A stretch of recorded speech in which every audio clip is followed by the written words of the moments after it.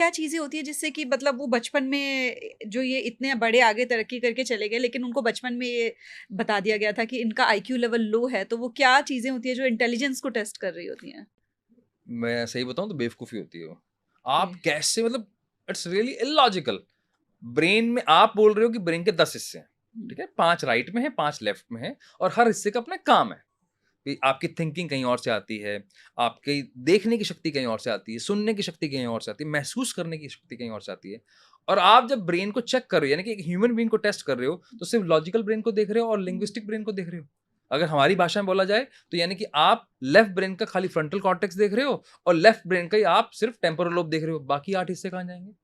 और उसके बेस पे आप डिसाइड कर दोगे। सचिन तेंदुलकर कामयाब नहीं है क्या? अरिजीत कामयाब नहीं है क्या? ए आर रहमान कामयाब नहीं है क्या? ऐसे हज़ारों नाम हैं। आपके आस-पास कितने बिज़नेसमैन हैं जो इतने कामयाब हैं। अगर इसी से इंटेलिजेंस होती, मैं कान पकड़ के माफ़ी माँगता हूँ, फिर वो बात हो जाएगी कॉन्ट्राडिक्टरी वाली। रिलायंस के 2 धीरूभाई अंबानी के 2 बच्चे हैं, एक कामयाब एक नहीं है। तो क्या दोनों पढ़े-लिखे नहीं हैं? आईक्यू ही डिसाइड करेगा सब कुछ। बहुत कुछ है। ईक्यू भी तो है हमारा। हमारा इमोशनल क्वोटिएंट कैसा है? हमारा क्रिएटिविटी क्वोटिएंट कैसा है? हमारा एडवर्सिटी क्वोटिएंट कैसा है? हम सिचुएशन को एज़ अ चैलेंज देख रहे हैं या फेल्योर देख रहे हैं? तो वहाँ से हमारा एडवर्सिटी क्वोटिएंट से पता लगता है।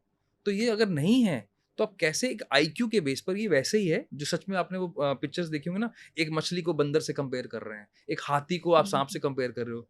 तो कंपेयर करने वाला बेवकूफ है। हुँ, हुँ, तो वहाँ से आपको ये जो जजमेंट है ना हमारी सोसाइटी में, हुँ, दैट इज़ अ लिटिल मतलब रियली ब्लंडर एक्चुअली, रियली हुँ। ब्लंडर। तो मतलब माइंडसेट पे हमें फ़ोकस करने की ज़्यादा ज़रूरत है, बहुत ज़्यादा, वो जो भी हमें अर्ली 12 इयर्स में।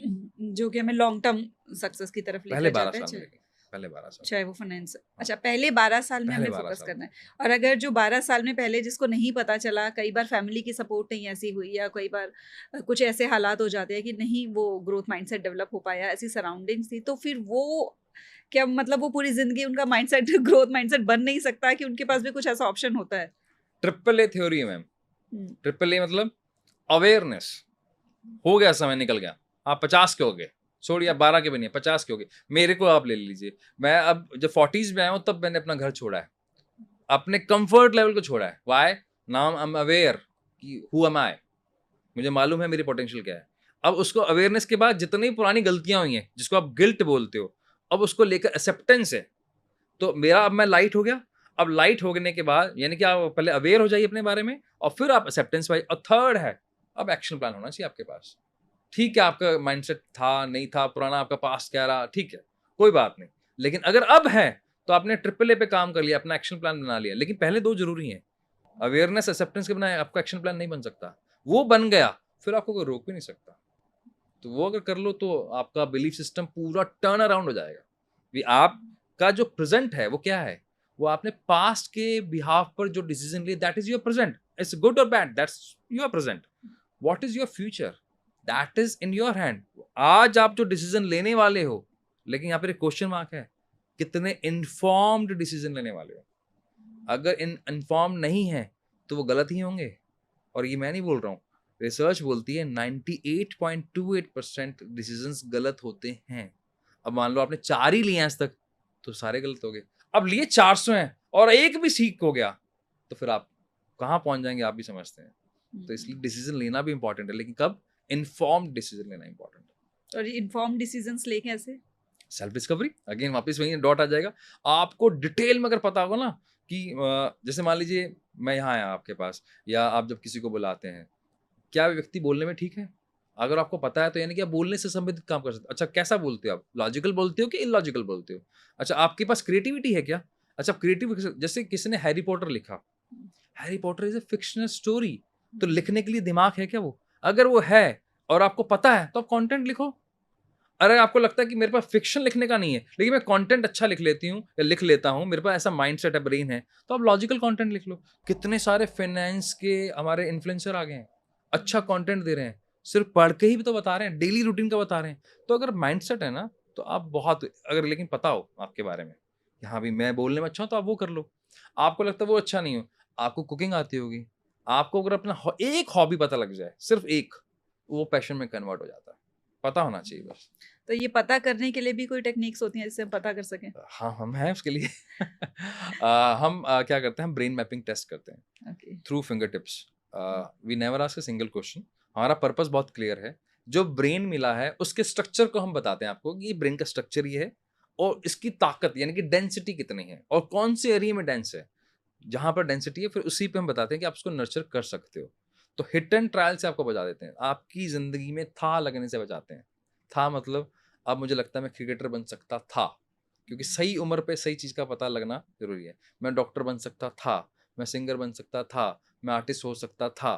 तो था नहीं लगाना, तो आपको अपने बारे में पता होना जरूरी है। मतलब एग्जैक्टली हमें पता चल सकता है कि हमारे लिए क्या बेटर है, हम किस चीज़ के लिए बने हैं, चाहे वो प्रोफेशन से रिलेटेड हो और वो। एनीथिंग पर्सनल प्रोफेशनल, ये वैसा ही है जैसे यहाँ से आपको अगर मुझे करनाल जाना है, मुझे रास्ता नहीं पता, तो मुझे गूगल मैप लगाना पड़ेगा। और अगर मैं डेढ़ सियाना हूँ, मुझे लगता है मैं ज़्यादा सियाना हूँ लोगों से, और मैं बिना गूगल मैप के चला जाऊँगा, मैं टेक्नोलॉजी की हेल्प नहीं लूँगा, नई टेक्नोलॉजी मेरे खिलाफ है, मैं बस ऐसा एक तरह का माइंडसेट लेके बैठा हूँ, तो पूछ पूछ के जाऊँगा। जो काम 4 घंटे का है वो 40 घंटे में होगा। तो हो सकता है ना भी पहुंचूं, गलत रास्ते चला जाऊं।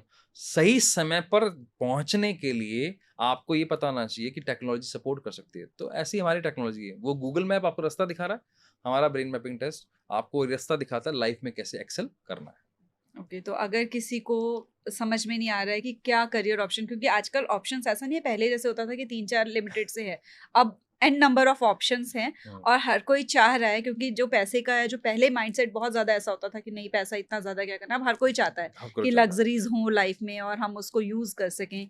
एक ही ज़िंदगी मिली है और जितनी जल्दी हम रिटायरमेंट की तरफ बढ़े उतना अच्छा है। तो हाँ। अगर हम ये वाला टेस्ट जो आप बता रहे हैं कि जो आप फिंगर प्रिंट्स के थ्रू बताते हैं कि उसके थ्रू होता है टेस्ट, तो उससे हम क्लियरली आइडेंटिफाई कर सकते हैं कि हम किस प्रोफेशन के लिए बने हैं।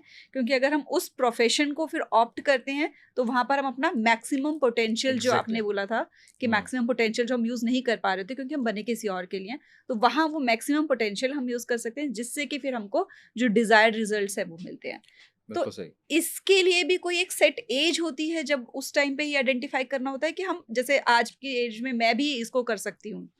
3 ईयर अब जैसे आपने सुना होगा, दो लोगों का कभी भी डीएनए सेम नहीं होता, लेकिन आइडेंटिकल अगर ट्विंस हो जाए तो उनका डीएनए सेम होने के चांसेस हैं, होता है। लेकिन एक भी व्यक्ति का दूसरे व्यक्ति के साथ फिंगर टिप मैच नहीं कर सकता। 800 करोड़ लोग हैं तो 800 करोड़ तरह के ही फिंगर टिप्स पाए जाएंगे, जो हमारी यूनिक पहचान है। एक्चुअली आपकी मेरी पहचान ही फिंगर टिप है। आप मुझे बैंक में मेरे फिंगर टिप से पहचानेगा, आपको भी आपका बैंक फिंगर टिप से पहचानता है। एयरपोर्ट जाओगे तो भी आपके फिंगरप्रिंट लेंगे, तो आपकी पहचान क्या है? आपका फिंगर टिप है। तो ऐसे ब्रेन की पहचान क्या है? फिंगर टिप है। उसको अच्छा, वो पूरी लाइफ लॉन्ग आपके फिंगर टिप कभी चेंज नहीं होते। डिसीजन कब लेना है, वो लाइफ के किस मोड़ पे खड़े हो आप, वहां तय करना है आपने। मान लीजिए आपके पास 4 साल का बच्चा है और आपके लिए इंपॉर्टेंट है उसके लिए सही डिसीजन लेना कि कौन से स्कूल में डालें, मेरे बच्चे का नेचर कैसा है, उसके कंपैटिबल मैं उसके ब्रेन के अकॉर्डिंग अगर मैं स्कूल में डालता हूँ तो आपका डिसीजन वहां से सही होना शुरू हो जाता है। वो क्यों बोल रहा हूँ, पहले 12 साल में किसी भी व्यक्ति का बिलीफ सिस्टम बन जाता है। तो अगर आपने सही टाइम पर स्कूलिंग के लिए भी सही डिसीजन ले लिया, या मान लीजिए आपको उसको क्रिकेट में डालना है या उसको म्यूजिक में डालना है या उसको डांस में डालना है, उसकी सही एज है 6, 7, 8 साल की उम्र में आप उसको डाल दो, ताकि अगले 5, 6 साल में वो नर्चर करके वो उस एक्सपर्टीज की तरफ जा सके। 14 साल की उम्र में शुरू नहीं हो सकता, तो उसके लिए आपको सही एज पे कराना है। लेकिन अब आपको मान लीजिए तब नहीं करवाया, तो आज जब आप 10th के बाद यानी कि आप सब्जेक्ट चूज कर रहे हो, तब आपके पास क्लैरिटी होनी चाहिए। और मुझे बड़ी आश्चर्य होता है मुझे कि लाइफ का सबसे टफ डिसीजन हम रिश्तेदारों से पूछ के ले लेते हैं। अड़ोस पड़ोस में फोन किया, किसी टीचर को फोन कर लिया, किसी डॉक्टर को फोन कर लिया, उसको क्या पता आपके बच्चे के बारे में। हम करियर पूछ रहे हैं, करियर कौन सा अच्छा है, ये नहीं पूछ रहे कि मेरे बच्चे के लिए कौन सा करियर अच्छा है। मेरा बच्चा अलग है, करियर अलग चीज है, उसके साथ मैच नहीं कर रहे हो, तो फिर हम कंपेयर करेंगे। और इसके बाद होता क्या है, ये मेरे साथ भी हुआ था, पर अगर आपने गलत क्वालिफिकेशन ले ली ना, जो फिर प्रेशर पड़ता है उसको झेल नहीं सकते फिर, क्योंकि अब आप पढ़े लिखे बेरोजगार हो आप। तो बिल्कुल वो सही हो बात। वो तो उससे ज़्यादा नुकसानदायक कुछ नहीं होता, क्योंकि ऐसे घर वाले हाँ। कि तूने 15 लाख में हमारे आग लगा दी, ऐसे-ऐसे शब्द बोले जाते हैं, तूने हुँ। पैसे बर्बाद कर दिए हमारे, कुछ तो कर हाँ, ले। अच्छा, तब सब्जी की रेडी भी नहीं बिल्कुल। लगा सकते क्योंकि पढ़े लिखे हो गए हम। नहीं, यही कहते हैं, कई बार हम कहते हैं कि जो ये एजुकेशन होती है ना, वही आपकी ग्रोथ में बिल्कुल बिल्कुल रुकावट बनकर खड़ी हो बिल्कुल जाती है। सही आप बात। कुछ कर ही नहीं पाते, क्यों आप क्वालिफाइड हो। मैंने पीएचडी की तो मुझे मेरे घर वाले यही बोलते रहते थे, वेस्ट कर दी पीएचडी, टीचिंग जॉब नहीं कर रही है, ऐसे ही इतनी मेहनत, मुझे जो भी मिलता है यही करता है, पीएचडी करी क्यों थी? अब तो मतलब कई बार वही आपकी जो एजुकेशन है लिमिटेशन हो जाती है। और पेरेंट्स को आपने जो ये बहुत अच्छी बात की कि वो अगर अर्ली एज में बच्चों की ये स्किल आइडेंटिफाई करके राइट डिसीजन ले लेते हैं, तो वो बच्चे भी जो हमारी एज के जो पेरेंट्स, जो हम लोगों ने ये चीज़ टेस्ट नहीं की अभी तक कंफ्यूज होते हैं कि शायद कोई और करियर जो आपने कहा था होने से बचा, तो शायद वो वाला करियर ऑप्ट कर लिया ऑप्ट कर होता तो लेते बेटर रहता। बिल्कुल। वो कंफ्यूज नहीं है मैं तो क्योंकि बोलता हूँ कि पेरेंट्स को जैसे शार्क टैंक में आपके इन्वेस्टर्स होते हैं ना, पेरेंट्स को ना स्मार्ट इन्वेस्टर होना चाहिए। वो खाली पेरेंट रह गए, वो एक्चुअली एक्सीडेंटल पेरेंट है, ठीक है, बायोलॉजिकल पेरेंट है। वो अगर स्मार्ट इन्वेस्टर बन जाए ना, इन्वेस्टर का मतलब क्या हो, आप अपने बच्चे के फ्यूचर में इन्वेस्ट कर रहे हैं। जब आप इन्वेस्ट कर रहे हैं तो क्या रिसर्च नहीं करोगे, ऐसे इन्वेस्ट कर दोगे? तो रिसर्च ऑन योर चाइल्ड, वो कौन है, कैसा है, क्या लाइकिंग है, उसके लिए आप एक्सपर्टीज हायर कीजिए, कोई भी आपके आसपास हो सकता है, और अर्ली एज में कीजिए। और मैं इसलिए बोल रहा हूँ, न्यूरो साइंस बोलती है आपका बच्चा, किसी का भी बच्चा, कोई भी ब्रेन पहले 12 साल में क्या सीखता है? पहले सीखता है यहाँ से देखना, तो पहला देखा, फिर सुनता है, पहले 12 सुनता है, तीसरा है फील करता है, यानी कि वो काइनेस्थेटिकली फिजिकल एक्टिविटी करता है। तो तीनों से ब्रेन को इनपुट गया, सुनने से, देखने से और करने से।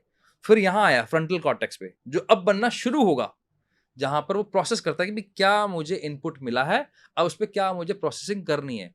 फिर लास्ट है प्री फ्रंटल कॉर्टेक्स, वहां से एक्शन बनेगा। इसलिए जितने भी बच्चे हैं, आपको शिफ्ट दिखेगा 5वीं के बाद, 5th क्लास के बाद, कि हर पेरेंट एक कंप्लेन करता है, मेरा बच्चा 5th से पहले बहुत अलग था, अब अलग हो गया। अरे भाई, पहले वो सिर्फ लर्न कर रहा था, अब उसे प्रोसेस करके आउटपुट देना शुरू किया है। तो अगर लर्निंग के टाइम पे ही अगर मुझे पता हो कि क्या लर्न देना है, क्या सिखाना है, तो प्रॉब्लम सॉल्व हो गई। हम उसके बाद शुरू करते हैं, फिर कहते हैं जी ये एक्चुअली में, मैं अगर आपसे पूछूं, कोई एक बीज है, और मान लीजिए बच्चा मेरे साथ में, या मैं आपसे ही पूछ लेता हूँ, कोई बीज है, अगर उसको उखाड़ना हो तो आसान है, मुश्किल है? खाली मिट्टी में दबा हुआ आसान है। आसान है। अब मान लीजिए उसमें से कोई अब 6 इंच का पौधा बाहर आ गया, तब आसान है, मुश्किल है? तो भी थोड़ा आसान है। थोड़ा सा आसान है। अगर वो 1 फुट का हो गया तो थोड़ा सा, अगर वो 4 फुट का हो गया तो, और वो अगर पेड़ बन गया तो आप किस एज में इसको सही करेंगे? जब वो बीज है। अब वो पेड़ ही बन गया तो संभव नहीं है। तो ये वैसे ही है जैसे आपके घर के पास सीसी रोड पड़ गई ना, अब सीसी रोड को आप नया नहीं बना सकते, मतलब आप उसको तोड़ोगे तो बहुत मेहनत लगेगी, तभी कर लो जो गारे वाली है, जो करना है आपने, उसके बाद कुछ नहीं हो सकता। तो अर्ली स्टेज पे आप ले लो, फिर उसके बाद आप 10th के बाद एक्सपर्ट एडवाइस लीजिए। कभी भी रिश्तेदारों से मत पूछिए उसको, मतलब 16 साल बच्चा आपके साथ रहा, आपको नहीं पता, आधे घंटे में सामने वाला रिश्तेदार बता दे, क्या बेवकूफ़ी है। उसके बाद आता है फिर आपका, आपके बच्चों को क्या करियर लेना चाहिए, स्ट्रीम नहीं करियर। तो वो बिजनेस के लिए बना है, जॉब के लिए बना है, किस तरह के लिए बना है, वहां से आप वो पूछिए।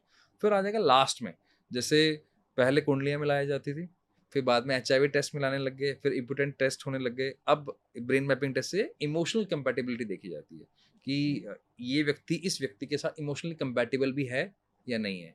अब लोग बोलेंगे इसकी क्या जरूरत है? भैया इसलिए जरूरत है क्योंकि अब हमारे बिहेवियर में इम्पल्सिवनेस आ चुकी है। तो रिश्ता खराब करने से पहले पहले पता कर लो कि रिश्ता सही रहेगा भी या नहीं रहेगा। बिल्कुल सही बात बोली आपने। तो ये जो आप बता रहे थे कि ये ब्रेन मैपिंग टेस्ट जो है वो ज़रूर हो जाने चाहिए कि उससे हम आइडेंटिफ़ाई कर पाते हैं। तो ये जैसे आपने कहा था कि हमारे जो आईक्यू टेस्ट्स होते हैं वो सिर्फ़ आईक्यू को मेज़र कर रहे होते हैं। तो वो जो आईक्यू टेस्ट होते हैं वो भी क्वेश्चन बेस्ड होते हैं। आई गेस वो भी इस चीज़ पे डिपेंड करते हैं कि कब, किस सिचुएशन में, किस माइंडसेट में वो पर्सन बैठा था जिसने वो आंसर्स लिखे हैं। जो एग्रीड। कि आज की डेट में मैं उसी आईक्यू टेस्ट के जो क्वेश्चंस हैं उनको फिल करती हूँ और मैं वो कल फिल करूँगी। हो सकता है उस टाइम मेरा मूड कुछ और हो तो उस टाइम रिजल्ट कुछ और, वो वेरी करते हैं टाइम के ऊपर और सिचुएशन के ऊपर। तो क्या ये भी ऐसे ही डिफरेंस होता है इसमें भी कि ये भी वेरी कर जाता है कि जो एक बार जिसने ये टेस्ट कर लिया उसका वही थ्रू आउट द लाइफ उसके ऊपर वर्क इसमें ना करता है? एक तो ना मतलब मैं इतने सारे पॉडकास्ट में गया हूँ, ऐसे सवाल मुझसे अब तक किसी ने पूछे नहीं, तो थैंक यू सो मच, क्योंकि सवाल जैसे होंगे ना वैसे उतने इंटरेस्टिंग जवाब आएंगे। पहले तो 2 मिथ ब्रेक करते हैं। पहला, स्वॉट एनालिसिस हर MBA कॉलेज में करवाया जाता है। मेरे को आज तक समझ में नहीं आया कैसे कोई एक व्यक्ति अपना खुद का स्वॉट एनालिसिस कर लेगा। क्या मैं अपनी वीकनेस जान सकता हूँ? कैसे? अच्छा, मैं क्या अगर जान भी गया तो क्या इसको एक्सेप्ट कर लूंगा? संभव ही नहीं है। और क्या मुझे पता है? कैसे पॉसिबल? ना मुझे अच्छा, मैं अपने आप को देखता किस में हूँ कि मैं उस स्ट्रेंथ में हूँ, तो मुझे मेरी वीकनेस दिखेगी नहीं, मैं उस स्ट्रेंथ को मान के चल रहा हूँ। तो यानी कि आप खुद अपना स्वॉट एनालिसिस नहीं कर सकते। That is a blunder which we are doing from last many years. फिर उसके बाद ये जितने भी आप साइकोमेट्रिक टेस्ट हैं, ऑब्वियसली वो रिसर्च बेस्ड बने हुए हैं, उनकी एक ऑथेंटिसिटी है, लेकिन सवाल यही है, जवाब देने वाला क्वेश्चन पूछने पर डिपेंडेंट है, क्वेश्चन पूछने वाले पर, और जो क्वेश्चन जिसने पूछे हैं वो उसके जवाबों पर डिपेंडेंट है। और नॉर्मली उस मेंटल स्टेट में व्यक्ति अपने आप को थोड़ा सा अपग्रेड करके बताता है या फिर डीग्रेड के, सेम प्रेजेंट मोमेंट पे नहीं होता। जैसे आपने बताया उसकी करंट सिचुएशन कैसी है वो भी तो डिसाइड करेगी। तो यानी कि आंसर्स वेरी करेंगे, इसलिए उसकी एक्यूरेसी ज़्यादा से ज़्यादा 60% से ऊपर नहीं जाती। लेकिन जब फिंगर टिप की बात कर रहे हैं, फिंगर टिप में तो हम सवाल ही नहीं पूछ रहे, हम तो पैटर्न है उस पैटर्न को पढ़ते हैं। उस पैटर्न कैसा पैटर्न है पहले ये पढ़ते हैं, उस पैटर्न का बिहेवियर क्या है फिर वो पढ़ते हैं। वो यूनिफॉर्म्ड है, उसके अकॉर्डिंग फिर आपको गाइड करते हैं कि ये ब्रेन है और ब्रेन कभी चेंज नहीं हो सकता। नर्चर कर सकते हो आप, अपग्रेड कर सकते हो या डिग्रेड कर सकते हो। तो इसलिए वो रिपोर्ट वेरी नहीं करती कभी भी। आपके क्वेश्चन के बेस पर आंसर्स हमेशा अपग्रेड होते जाएंगे, मॉडिफाई होते जाएंगे जैसे जैसे आपके सवाल आएंगे, एज टू एज। रिपोर्ट वही रहने वाली है, रिपोर्ट कभी चेंज नहीं करती।